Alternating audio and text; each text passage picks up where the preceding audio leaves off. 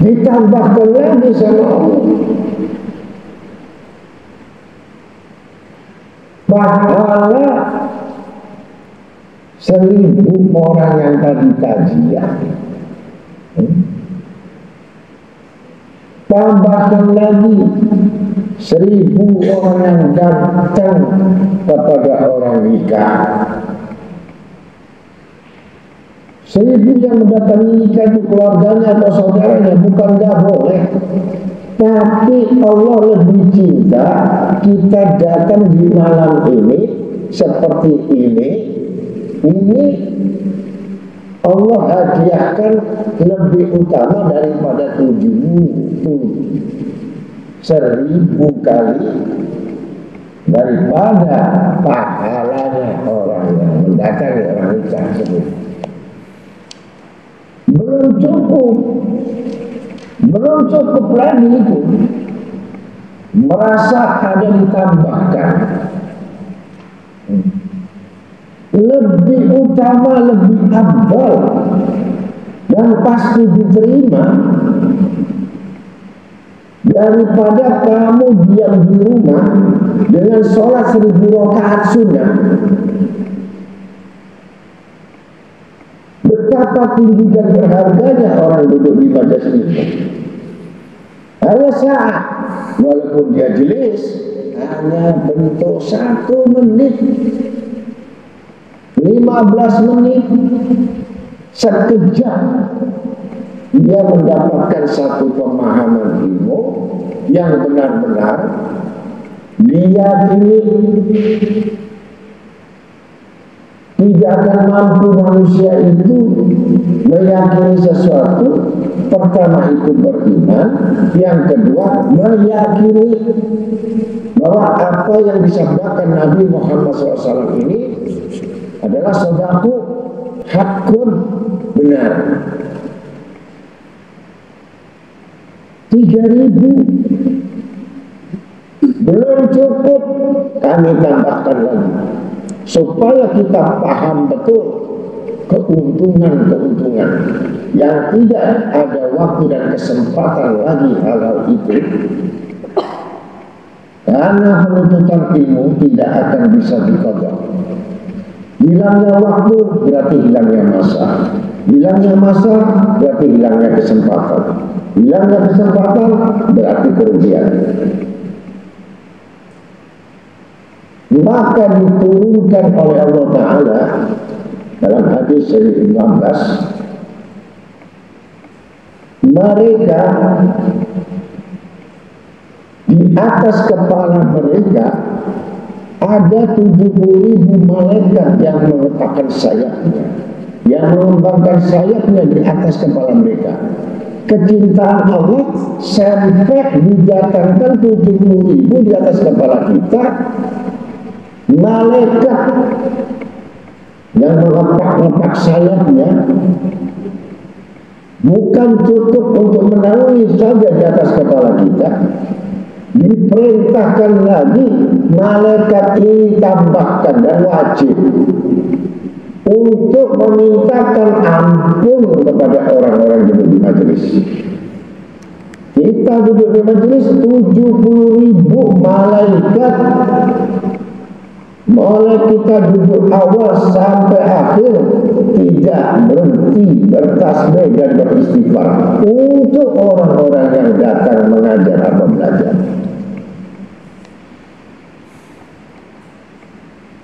Belum cukup. Kalau kita umpamanya ditunjukkan di atas kepala kita ada malaikat, tentu kamu tidak akan beranjak atau bergerak dari tempat-tempat majelis ilmu, karena gembiranya dapat naungan. Betapa gembiranya dimintakan ampun yang pasti akan diterima oleh Allah Ta'ala, karena malaikatnya adalah bentuk pengabdiannya. Belum cukup lagi, kurang banyak, kata Allah Ta'ala. Bahkan Allah bertanya kepada malaikat, hai malaikatku, apakah mereka itu tahu? Maka si hamba tadi yang dulu seperti kita yang mendengar itu pasti menjawab tidak tahu. Bagaimana kalau dia tahu duduknya yang sesaat itu sudah kubangunkan rumah surga? Sesaat. Apakah dia tahu tiap detik, tiap menit akan mengalir kenikmatan-kenikmatan surga? Tiap detik, bukan tiap jam. Setiap perhatian dan pandangan, setiap hembusan. Apakah dia tahu kalau dia mendapatkan surga itu ada tambahan jadatun ni'mah? Ya Rabb, kata malaikat, saya tidak tahu. Kata malaikat, mereka tidak tahu. Bagaimana andai kata dia tahu? Niscaya mereka tidak akan bangkit, dia akan beranjak dari tempat-tempat majelis ilmu. Karena besarnya karunia Allah yang begitu murah, lebih murah dari segala yang murah, dan lebih murah daripada orang tua, ibu kandungmu yang murah dan yang manjakan kamu.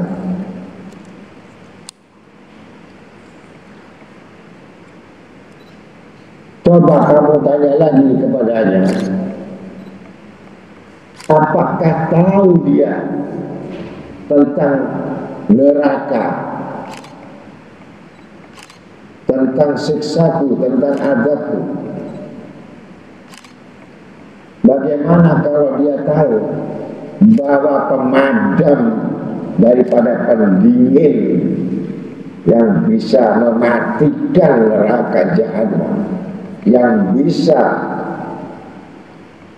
memadamkan neraka jahanam, dengan duduknya dia hanya mendengar,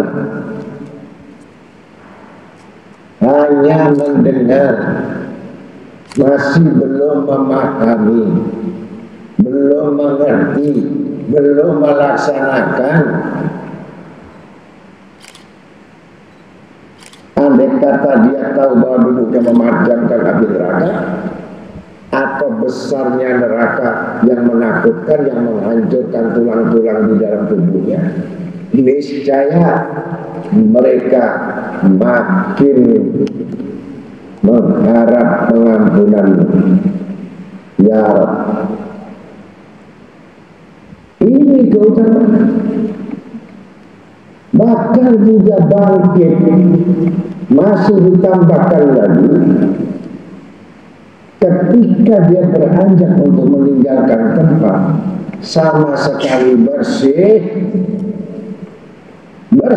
dari dosa, bersih dari segala-gala yang mengotorinya. Kalau kita niatkan seperti itu, kalau kita niatkan seperti hal-hal, yaitu dengan proses iman, kemudian kita kuatkan dengan yakin, kita tidak lagi meragukan. Kalau ada kalimat yang meragukan dari hadis Rasul SAW, meragukan lagi tentang kitab-kitab Al-Quran, berarti sudah jelas hati kita ini adalah hati yang keras, hati yang mati, waswatul qalbi, ulul amal, panjang angan-angan, cinta dunia yang begitu kuatnya, sehingga kita tidak akan paham dan ragu-ragu dengan apa yang diturunkan Allah dan Rasulnya. lepaskan itu belenggu-belenggu yang di hatimu yang demikian, kembalikan permasalahan dan persoalannya kepada yang punya kehidupan kita.